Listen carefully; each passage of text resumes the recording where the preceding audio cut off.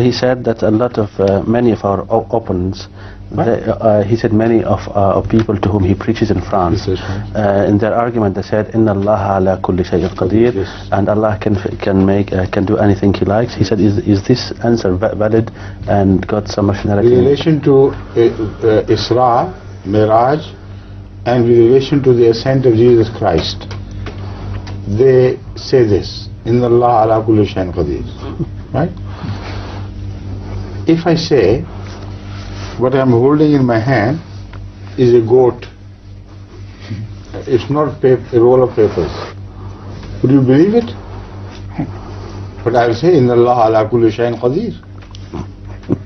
God can turn this paper into goat, and God can also see to it that you don't understand what it is and you misunderstand what it is.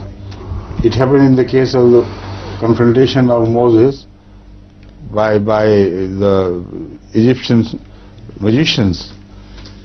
So anything can happen because inna Allah ala kulli shay'in qadir. So why do you go into arguments? Why does the Holy Quran demand arguments? Why does the Holy Quran repeatedly invites human wisdom and conscience? Hatu burhanakum in kuntum sadiqin. Hatu burhanakum in kuntum sadiqin. Is one burhan enough? Inna Allah ala kulli shay'in qadir. So demand of the Quran of burhan cannot be denied by any Muslim. Everybody has a right which is given to him by the Holy Quran. If anybody claims something, he must produce an argument in his favor.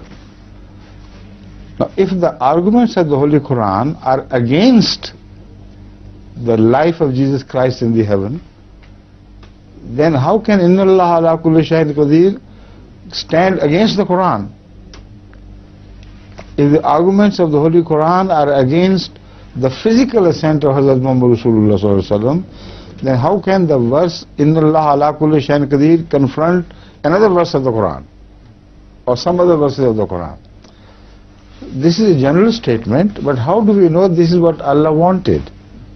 Inna Allah ala kulli shay'in qadir means God can do whatever He wants. We agree. But how do we know that God wanted Jesus Christ to be lifted alive?